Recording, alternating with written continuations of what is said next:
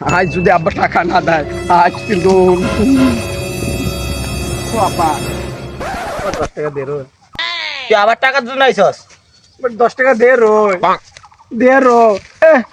এমন করে চাঙো না চললো, আমি না চললো। আপনার সাথে তুমি তো এরকম করো না।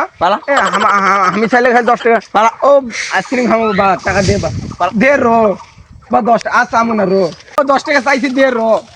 আমি ওনা চললাম বা ও দে রো 10 টাকা দে রো বা।